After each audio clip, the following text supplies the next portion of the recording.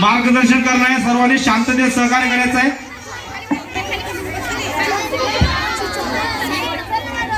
शांत बसा। संपूर्ण विश्वाला बहुजन हिताय बहुजन सुखाय असा संदेश देणारे तथागत महाकरुणी गौतम बुद्ध, राष्ट्रमाता राजमाता जिजाऊ मासाहेब असे तू हिमाचल भारताचे आराध्यदैवत कुळवाडी भूषण रयतेचे राजे छत्रपती शिवाजी महाराज, महात्मा ज्योतिबा फुले, राजर्षी शाहू महाराज, भारतीय राज्यघटनेचे निर्माते विश्वरत्न बोधिसत्व डॉक्टर बाबासाहेब आंबेडकर, लोकशाहीर अण्णाभाऊ साठे, माता सावित्री, माता रमाई यांच्या प्रेरणादायी विचारांना प्रथम अभिवादन। आज आपण या ठिकाणी 394वी शिवजयंती साजरी करतो आहोत। छत्रपती शिवरायांच्या या जयंतीच्या निमित्तानं आपल्या सर्वांना मनपूर्वक शुभेच्छा। या कार्यक्रमाला उपस्थित असलेले सर्व मान्यवर, आता मी सगळ्यांची नावं, इतके मान्यवर आहेत सगळ्यांची नावं नाही घेताना, त्याच्यामुळं उपस्थित असलेले सर्व मान्यवर भावांनो, बहिणींनो आणि माझ्या लहान मित्रांनो, तर भावांनो बहिणींनो, छत्रपती शिवाजी महाराजांची जयंती साजरी होत असताना ती विशेषतः महिला बचत गटाच्या वतीनं आणि त्याचबरोबर धम्मकी पाठशाळा, बरोबर ना, धम्मकी पाठशाळा हा जो कार्यक्रम किंवा हा जो उपक्रम गेल्या वर्षभरापासून या ठिकाणी विहारामध्ये राबवला जात आहे, त्यांच्या माध्यमातून आणि विशेषतः महिलांच्या मोठ्या सहभागाने ही जयंती साजरी होते आहे। हे खरं तर पिंपरी चिंचवड शहरातल्या सर्वसामान्य लोकांसाठी, सर्व नागरिकांसाठी, सर्व कार्यकर्त्यांसाठी, सर्व राजकीय पक्षांसाठी आणि सर्व सामाजिक संघटनांच्या साठी अतिशय आदर्श अशा पद्धतीचा उपक्रम तुम्ही या ठिकाणी राबवलेला आहे, त्याबद्दल मी तुम्हा सर्वांचं मनपूर्वक अभिनंदन करतो। नाहीतर जयंती उत्सव होतात आणि हे जयंती उत्सव कसे साजरे होत असतात हे आपल्या सगळ्यांना माहिती आहे, मी तर त्याचं वर्णन करत नाही, आणि त्याच्यामध्ये कुणाचा पुढाकार असतो आणि कशा पद्धतीची त्या ठिकाणी कार्यक्रम केले जातात हे आपल्या सर्वांना माहिती आहे। परंतु इथे लहान मुलांनी बुद्धवंदना सादर केली, शिववंदना सादर केली, छत्रपती शिवरायांच्या जन्माचा पाळणा या ठिकाणी इथल्या आमच्या लहान मुलांनी, मुलींनी सादर केला। कौतुक आहे या धम्मवर्ग चालवणाऱ्या लोकांचं, एक वर्षभरामध्ये, एका वर्षामध्ये बुद्धवंदना या वयातल्या मुलांच्याकडनं पाठ करून घेणं, शिववंदना या ठिकाणी मुलांच्याकडनं बदवून घेणं, हे अतिशय आव्हानात्मक असं काम आहे आणि ते तुम्ही केलेलं आहात। याबद्दल किंवा त्याच्या अगोदरची वेशभूषा, इथे या महापुरुषांच्या, महामातांच्या वेशामध्ये इथं लहान मुलं उपस्थित झाली आणि असा समाजावर सकारात्मक पद्धतीनं परिणाम करणारा एकही महापुरुष, एकही महामाता तुम्ही सोडली नाही, त्याबद्दल तुमचंही सगळ्यांचं मनपूर्वक, रमेश विजय भाऊ तुमचं सगळ्यांचं मनपूर्वक अभिनंदन। आता आपण मुख्य मुद्द्यावर येऊया। जयंती, छत्रपती शिवरायांची जयंती साजरी होत असताना आणि मुद्दामून या ठिकाणी मी वेगळं काही न बोलता महिलांच्या सहभागाने, पुढाकाराने, महिला बचत गटांच्या वतीनं आयोजित केलेल्या या जयंतीमध्ये छत्रपती शिवरायांचा महिलांच्या प्रती पाहण्याचा दृष्टिकोन काय होता याच्याबद्दल थोडस आपण बोललं तर बरं होईल असं मला वाटतं। छत्रपती शिवरायांचा इतिहास सगळ्यांना माहिती आहे का नाही? मला कोण सांगेल का छत्रपती शिवाजी महाराजांचा जन्म कुठं झाला आणि छत्रपती शिवरायांच्या मातोश्रींचं नाव काय? वाव, जिजाऊ मासाहेब म्हणायचे। तुम्ही पुढे म्हणताना काय म्हणायचं? जिजाऊ मासाहेब म्हणायचं, कधी पण जिजाबाई असं म्हणायचं नाही, कधी काय म्हणायचं? जिजाऊ मासाहेब म्हणायचं। छत्रपती शिवाजी महाराजांच्या वडिलांचं नाव काय? शहाजीराजे, बरोबर, शहाजीराजे त्यांच्या वडिलांचं नाव। आणि शिवाजी महाराजांच्या मुलाचं नाव काय? संभाजीराजे. हा, हे तुम्हाला सगळ्यांना इतिहास माहिती, त्याच्यामुळे मी त्याच्याबद्दल काय सांगणार नाही आता. हा, इतक्या लहान मुलांना हा इतिहास माहिती आहे म्हणजे आपल्या सगळ्यांना माहिती असं मी गृहीत धरतो. चुकीचं आहे ना काय? हा, सगळ्यांना माहिती असं मी गृहीत धरतो. फक्त शिवाजी महाराजांचा किंवा छत्रपती संभाजी महाराजांचा, डॉक्टर बाबासाहेब आंबेडकरांचा, शाहू महाराजांचा, महात्मा फुल्यांचा हा जो विचार आपण या ठिकाणी व्यक्त करत असतो, बोलत असतो, त्यांच्याबद्दल बोलत असतो, त्यावेळेला त्यांचा जन्म कुठे झाला आणि त्यांनी काय केलं याच्यापेक्षा आपल्यासाठी त्यांच्या दृष्टिकोनातून काय महत्वाचं होतं हे जरा आपण लक्षात घेतलं पाहिजे. छत्रपती शिवाजी महाराज अशा काळामध्ये जन्माला आले, म्हणजे आज 394वी जयंती आहे ना, 394 वर्षापूर्वी त्यांचा जन्म झाला. ज्या काळामध्ये शूद्र अतिशूद्र आणि महिलांना कुठल्याही प्रकारचे अधिकार नसताना त्या काळामध्ये छत्रपती शिवरायांचा जन्म झाला. आणि छत्रपती शिवरायांचा जन्म झालेला असताना त्यांना ज्या वेळा पुण्यामधली जहागिरी मिळाली त्यांच्या वडिलांना, आणि पुण्यामध्ये वयाच्या 7व्या-8व्या वर्षी ज्यावेळेला ते छत्रपती शिवराय पुण्यामध्ये आले, जिजाऊ महासाहेबांच्या बरोबर आले, आणि जिजाऊ महासाहेबांनी या पुण्यामध्ये त्यावेळेला काय म्हणायचे, पुण्याला पुनवळी म्हणायचे. या पुनवळीमध्ये जे अख्खं पुणं एका स्मशान अवस्थेमध्ये होतं, त्या पुण्यामधल्या शेतीमध्ये, रानामध्ये, त्या ठिकाणी जमिनीमध्ये छत्रपती शिवाजी महाराजांच्या मातोश्री जिजाऊ महासाहेबांनी महाराजांच्या छत्रपती शिवाजींच्या हस्ते सोन्याचा नांगर टाकून त्या ठिकाणी जमीन नांगरायला सुरुवात केली, आणि खऱ्या अर्थानं शेतकऱ्यांना समर्पित अशा पद्धतीचं राज्य या ठिकाणी निर्माण व्हावं याची मुहूर्तमेढ लहान शिवाजी महाराज होते. 8व्या वर्षी, वयाच्या 8व्या वर्षी छत्रपती शिवाजी महाराजांच्या मनामध्ये शेतकऱ्यांच्या प्रती आपण संवेदनशील असलं पाहिजे याबद्दलचा एक संस्कार जिजाऊ महासाहेबांनी छत्रपती शिवरायांच्या मनामध्ये टाकला.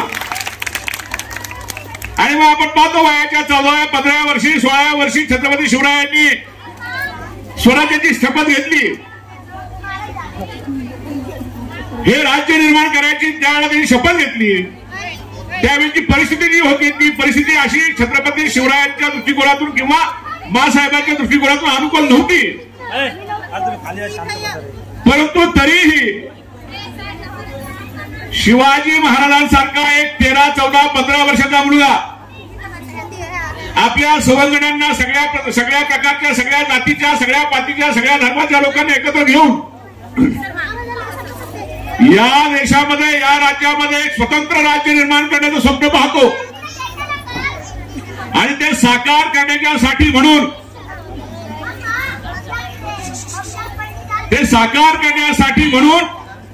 आयुष्यभर प्रयत्न करतो. आणि आपण पाहिलाय, अनुभवलेला आहे, छत्रपती शिवाजी महाराजांना या ठिकाणी स्वतःचं स्वराज्य निर्माण करत असताना किती अडचणी आल्या, किती अडथळे आले, किती लोकांनी त्रास दिला, काय प्रकारच्या त्यांना लढाया कराव्या लागल्या, काय प्रकारच्या नीती त्यांना अवलंबाव्या लागल्या, हे सगळं आपल्याला माहिती आहे. पण ही सगळी व्यवस्था पाहत असताना छत्रपती शिवराय कुणाच्या मार्गदर्शनाखाली काम करत होते? तर जिजाऊ महासाहेबांच्या मार्गदर्शनाखाली, त्यांच्या संस्काराखाली शिवाजी महाराज काम करत होते. मधल्या काळामध्ये असं सांगितलं जात होतं लोकांना. आता आणखी नवीन कोण शान उठतं आणि सांगतं. आता काहीतरी एका ठिकाणी कुठेतरी एका मंदिराच्या प्रतिष्ठापनेच्या वेळेला एक कोणतरी साधू बोलला, काय म्हणाला की रामदास महाराजांनी छत्रपती शिवाजी महाराजांना निर्माण केलं किंवा त्यांचा पराक्रम त्या रामदास महाराजांच्यामुळे निर्माण झाला.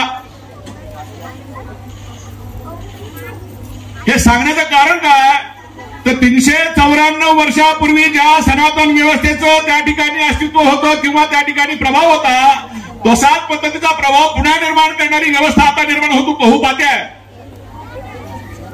आणि सगळ्यात पहिल्यांदा सर्वसामान्य लोकांच्यावर जर पगडा मिळवायचा असेल, त्या ठिकाणी प्रभाव मिळवायचा असेल किंवा त्यांना आपल्या अखत्यारीमध्ये घ्यायचं असेल, तर पहिल्यांदा ते लोक धर्माच्या नावाखाली त्यांना भ्रमिष्ट करणं हा अतिशय सोपा मार्ग आहे. म्हणून भाऊ, धर्माच्या नावाला लगेच लोक त्या ठिकाणी अंकित येतात आणि मग काही ऐकतात. तशा पद्धतीचं काम आता अलीकडच्या काळामध्ये वेगानं सुरू आहे.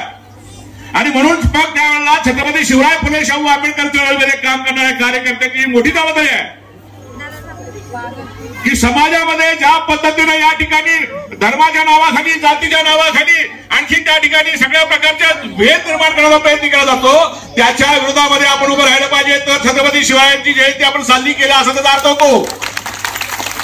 ज्या छत्रपती शिवरायांनी सगळ्या 18 पगड जातीच्या लोकांना ज्या काळामध्ये परवानगी नव्हती, त्या काळामध्ये महारामांच्या हातामध्ये शस्त्र दिली आणि हे स्वराज्य निर्माण केलं. हे स्वराज्य निर्माण करण्यामध्ये या सगळ्या कुणब्यांच्या बरोबर, अलीकडे कुणबी हा शब्द जास्त फेमस झाला म्हणून बोलतो, तर या सगळ्या कुणबी लोकांच्या बरोबर किंवा शेतकऱ्यांच्या पोरांच्या बरोबर छत्रपती शिवरायांनी त्यावेळेला शूद्र असलेल्या लोकांना सुद्धा त्यांचं सामर्थ्य लक्षात घेऊन त्यांच्या हातामध्ये शस्त्र दिली. आणि ती शस्त्र दिल्यानंतर एक क्रांती झाली या देशामध्ये. नसलेलं म्हणजे अजिबात काही अस्तित्वात नसलेलं त्या ठिकाणी स्वराज्य, एक राज्य छत्रपती शिवरायांनी निर्माण केलं. ते राज्य त्यांना कुणी दिलं होतं का जन्माने?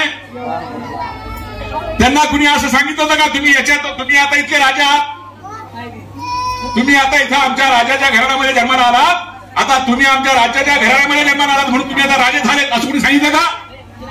एक सामान्य कुटुंबातला, एका शेतकरी कुटुंबातला ग्रस्त हे जे छत्रपती शिवाजी महाराज यांनी स्वतःच्या पराक्रमावर आपल्या जोडीदारांच्या सहकार्यानं आणि स्वतःच्या अक्कल हुशारीने, सगळ्यात महत्वाचं स्वतःच्या बुद्धीच्या चातुर्यावर हे स्वराज्य निर्माण केलं.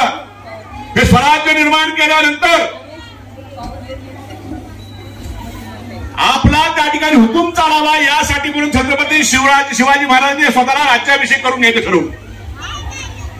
आवश्यकता होती. जसं आता आपण बोलतो, खूप बोलतो, पण त्याला जरा वैधानिक स्वरूप प्राप्त होण्यासाठी कुणीतरी आमदार व्हावं लागतं, कुणीतरी खासदार व्हावं लागतं, कुणीतरी मुख्यमंत्री व्हावं लागतं, कुणीतरी मंत्री व्हावं लागतं. मोकळं बोलून काय चालत नाही. तसं छत्रपती शिवरायांना सुद्धा त्या ठिकाणी आपला शिक्का चालावा यासाठी म्हणून राज्याभिषेक करून घेणे आवश्यक होतं. आणि मग राज्याभिषेक करण्यासाठी म्हणून त्यांनी ज्याला प्रयत्न सुरू केले, ज्याला त्यांच्या राज्याभिषेक केला, सगळ्यात पहिला विरोध कोणी केला असेल तर इथल्या सनातनी मंडळी म्हणूया. आपण काय विशिष्ट जातीबद्दल बोलायचं काही कारण नाही.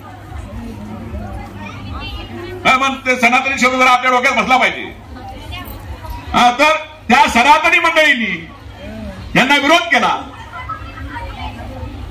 तेवढा विरोध लावून सुद्धा नंतर हे सनातनी आता कशी अलीकडच्या काळामध्ये ना हे मोठे मोठे शहाणे लोक आहेत, खूप हुशार, विचारवंत, बुद्धिवंत असे एक समुदाय निवडणुकीमध्ये विमलता इथं आहेत. त्यांना माहित आहे त्याला जो आला त्या तयारीमध्ये आहेतच. तर ह्याच्यामध्ये काय असतंय, इथं सामान्य लोक असतात, सामान्य लोक त्यांचा विश्वास असतो आपल्या समोरच्या माणसावर, पण जे विचारवंत बुद्धिवंत असतात ना त्यांचा कुणावर विश्वास नसतो. आणि मी अलीकडच्या 10 वर्षाच्या काळामध्ये पाहिले सगळ्यात जास्त भ्रष्टाचार कोण असेल ना या देशामध्ये निवडणुकीच्या काळामध्ये, तर ही सगळी जी विचारवंत जी लोक आहेत ना, विचारवंत ही सगळ्यात जास्त भ्रष्ट. आमच्या चिंचवड गावात जरा चांगला अनुभव आहे आम्हाला. चिंचवड गावात त्या आळेदारात मोठे आहेत त्यांच्या, तिथं इतकं पैशाचं वाटप होत असतं म्हणजे हो लोकांना असं वाटतं लय निष्ठावंत आहे, लय विचारानं लय भारी मजबूत लोक आहेत. आणि हे एकदा निर्णय घेतला की ते पूर्ण करतातच, पण ते निर्णय पूर्ण करत नसतात जोपर्यंत त्यांना दक्षिणा मिळत नाही.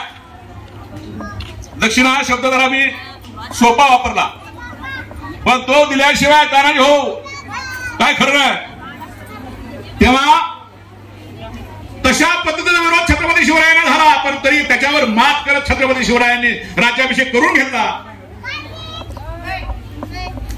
इथे सांगताना मला एवढं सांगायचं आहे की हे सगळं का करू शकले छत्रपती शिवराय, तर त्यांना त्यांचा एक गुरु आणि त्यांचा जो आदर्श मार्गदर्शक होता ते कोण होतं,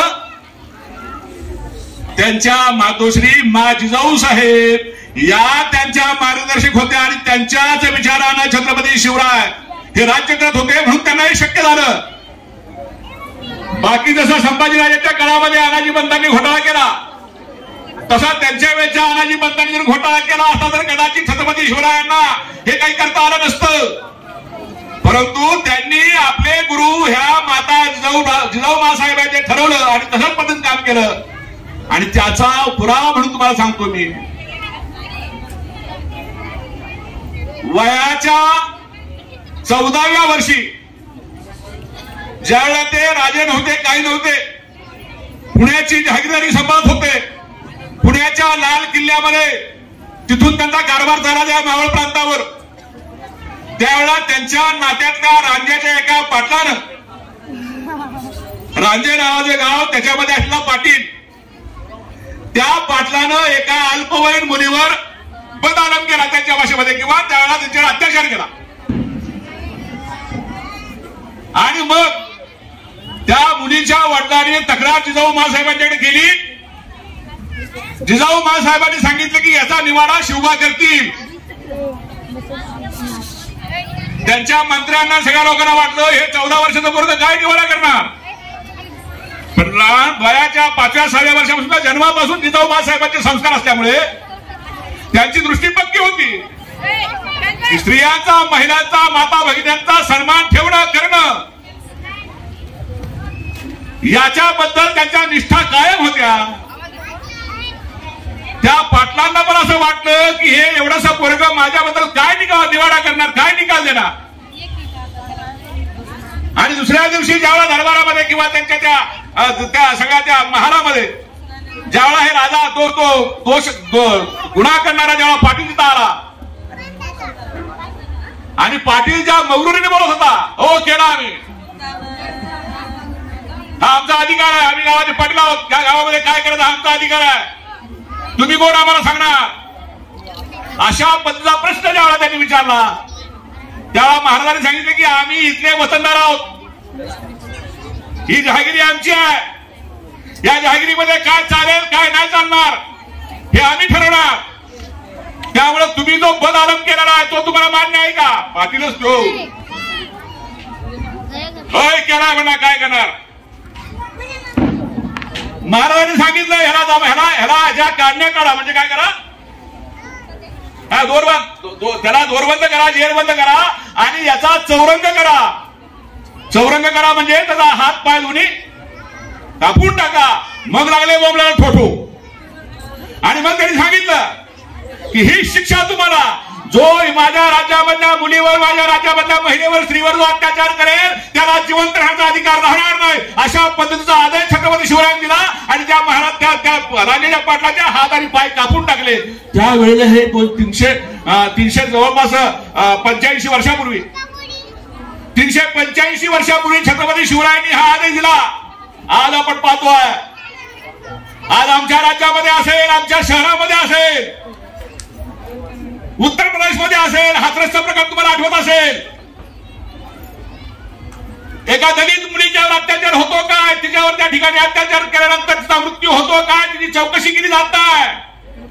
तिचा मृत्यू झाल्यानंतर तिच्या घरच्या लोकांना तिचं प्रेत तिच्या हातामध्ये दिलं जात आहे आणि त्या रात्री पोलीस प्रशासनामध्ये तिच्यावर ते संस्कार केले जातात. हे आज छत्रपती शिवाजी महाराजांच्या आशीर्वादाने चालणारं सरकार, छत्रपती शिवरायांच्या आशीर्वादाने चालणारं सरकार, जे स्वतःला युगपुरुष म्हणून घेतात त्यांच्या अखत्यारीमध्ये चालणार हे सरकार. मणिपूरमध्ये आपण पाहिलं असेल, मोर्चाही काढला आपण त्याच्यावर स्नेहात आहे, आपण सगळेजण होता त्याच्यामध्ये. 2 महिला आमच्या 2 भगिनी,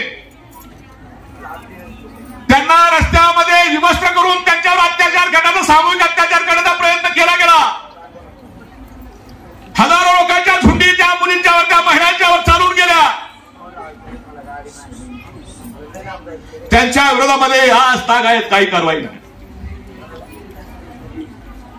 या देशाचे युगपुरुष आत्ताचे स्वतःला म्हणतात ते, आणि काय विश्वगुरु आणि काय काय म्हणतात, एक शब्द बोलले नाही, एक शब्द या विषयावर बोलले नाही, त्यांच्यावर कारवाईबद्दल काही बोलले नाही. हे छत्रपती शिवरायांच्या आशीर्वादाने चालणारं सरकार आहे. हा विचार आपण केला पाहिजे. विशेषतः या तरुण मुलांनी हा विचार केला पाहिजे, आपण कुणाच्या बरोबर आहोत, काय करतो, कशाच्या नादी लागलो. छत्रपती डॉक्टर बाबासाहेब आंबेडकरांच्या आणि या सगळ्या पुरोगामी चळवळीमध्ये काम करणारे कार्यकर्ते बोलतातच, पण निव्वळ राजकारण करणारे आपण जे लोक आहोत ना, निव्वळ राजकारण करणारे लोक, हे राजकारण कशासाठी? स्वराज्य कुणासाठी? छत्रपती शिवरायांनी स्वराज्य कुणासाठी निर्माण केलं? इथल्या रहित्यासाठी, इथल्या लोकांसाठी, इथल्या सर्वसामान्य लोकांसाठी, इथल्या शेतकऱ्यांसाठी, इथल्या कष्टकऱ्यांसाठी, इथल्या महिलांसाठी. राजकारण सुद्धा कुणासाठी केलं पाहिजे? राजकारण इथल्या सर्वसामान्य लोकांच्या हितासाठी केलं पाहिजे, सर्वसामान्य लोकांच्या संस्कार अधिकाऱ्यांच्या सुरक्षेसाठी केलं पाहिजे, महिलांच्या अब्रूच्या रक्षणासाठी केलं पाहिजे, या लहान मुलांच्या अधिकार शिक्षणाच्या अधिकाराच्या रक्षणासाठी केलं पाहिजे, येणाऱ्या तरुणांना या ठिकाणी रोजगार मिळेल अशी व्यवस्था निर्माण करणं यासाठी केली पाहिजे.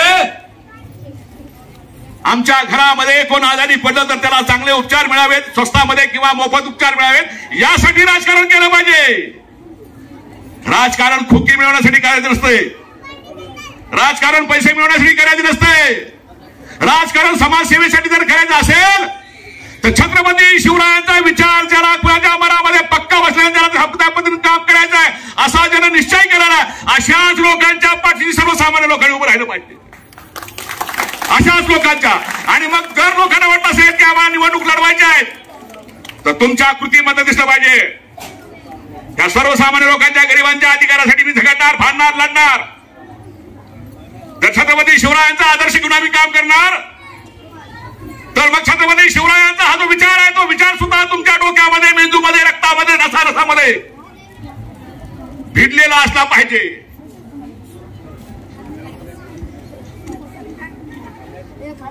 हो, शिवाजी महाराजांच्या जयंतीला सांस्कृतिक कार्यक्रमाला वेळ सोडा असा निरोप आहे. हा, सांस्कृतिक कार्यक्रम करायचे करायचे.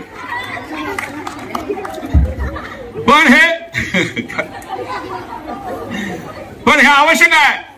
लहान मुलांना कदाचित हे आवडणार आहे, पटणार म्हणजे त्यांच्या डोक्याच्या पलीकडचं जरी असेल तरी समाज बदलणारे किंवा समाजाची मानसिकता बदलणारे लोक इथं आहेत.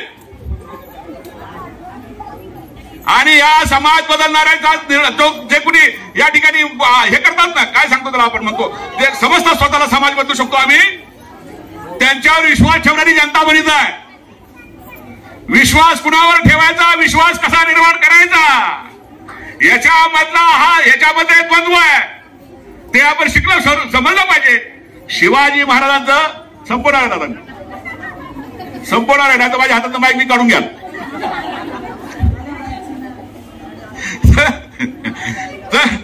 त्या ठिकाणी 2-3 उदाहरण सांगतो आणि थांबतो बरं का मी. बरोबर ना? लेख खुश झाले पूर्ण. 1-2-5 मिनिटं चालेल ना? जमल ना?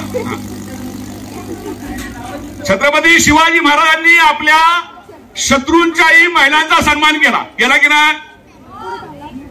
काय आठवतं का कुणाला? काय आठवतं? नुसतं हो म्हणू नका. तर सगळ्यांना शाळेमध्ये शिकवलं कल्याणच्या सुभेदाराचं. कल्याणच्या सुभेदाराच्या सुनेबद्दलचं उदाहरण बरं शाळेमध्ये सांगितलं जातं. कल्याणच्या सुभेदारावर विजय मिळाल्यानंतर छत्रपती शिवरायांच्या सरदारांनी सगळ्या खजिन्यासकट त्यांची त्या एक सुंदर दिसणारी सून सुद्धा आणली. त्यांना वाटलं आपले आतासारखे राज्यकर्ते असतील महाराज, आता जे राज्यकर्ते आहेत का नाही तसेच असतील असं वाटलं. त्यांना वाटलं असेल कदाचित.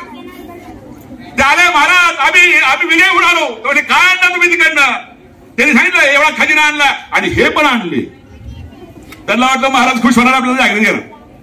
महाराज म्हणजे काय हे काय? तर म्हणजे कल्याणच्या सुभेदारांची सून आहे, तिचे देखणे आहे आणि महाराज आपल्यासाठी आपल्यासाठी आपली गरज पूर्ण करू शकणार आहे.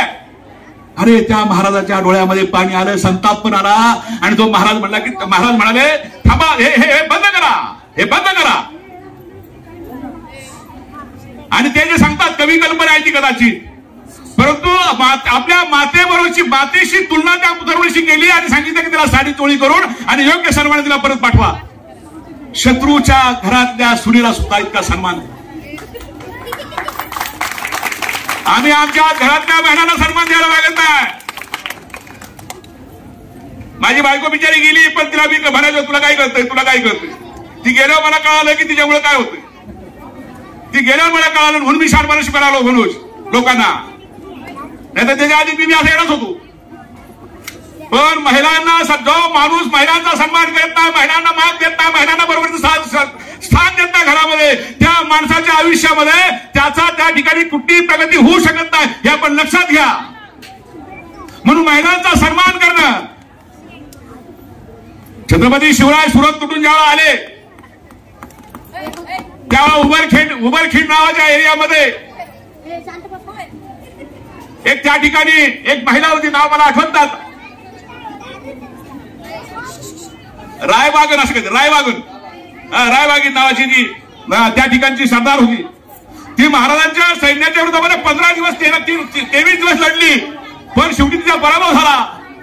महाराजांच्या समोर ती बंदी अवस्थेमध्ये आणलं. बंदी अवस्थेमध्ये आल्यानंतर महाराजांनी विचारलं काय झालं, हे तर म्हणजे 23 दिवस लढली आणि तिच्यावर आपण विजय मिळवलाय. महाराजांनी तिला अशा बाजूला उभं केलं. ती म्हणली तुम्ही म्हणाल ती शिक्षा मला भोगायला मी तयार आहे. महाराजांनी सांगितलं इतकी वर्ष माझ्यावर, इतके दिवस आमच्या सैन्यावर तुम्ही लढला, तुमच्यासारख्या बहादूर महिलेचा, मुलीचा, स्त्रीचा सन्मान झाला पाहिजे. माझ्या मातेच्या ठिकाणी, माझ्या बहिणीच्या ठिकाणी तुम्ही आहात. आणि म्हणून असं समजून त्या रायबागांना त्या ठिकाणी साडी चोळी करून त्यांची सरदारकी त्यांना परत केली. हे शिवाजी महाराज.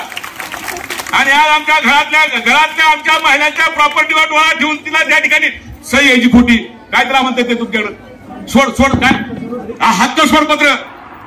हक्कस्वरपत्र कधी घेतात लोक. माझ्या 8 दिवसात काहीतरी केस होती मनोज, ती आमच्या म्हणाले आमच्या त्या मामाने आमच्या आईला फसवलं, हक्कस्वरपत्रात सही घेतली. ही असली लोक तयार झाली आता. आणि शिवाजी महाराजांचं नाव सांगतात, नाही चालणार. महिलांचा सगळे अधिकार म्हणून तर बाबासाहेबांनी हिंदू कोड बिलामध्ये महिलांना सगळे अधिकार दिले ना. छत्रपती शिवरायांपासून हा विचार घेतला त्यांनी, तथागत गौतम बुद्धांपासून त्यांनी हा विचार घेतला. आणि महिलांना सन्मानाचं स्थान देण्याचं काम आपण डॉक्टर बाबासाहेब आंबेडकरांच्या घटनेमध्ये पाहतो.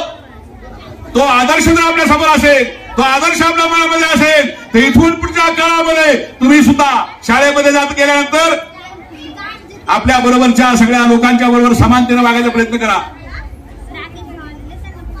तुम्ही सुद्धा वकील म्हणून तुम्ही लयच महिलांची बाजू घेता, पण तेवढा महिलांची बाजू तुम्ही घ्या, पण पुरुषावर जास्त अन्याय करू नका. सगळ्यांना समानतेचा अधिकार द्या असं आमचं म्हणणं आहे.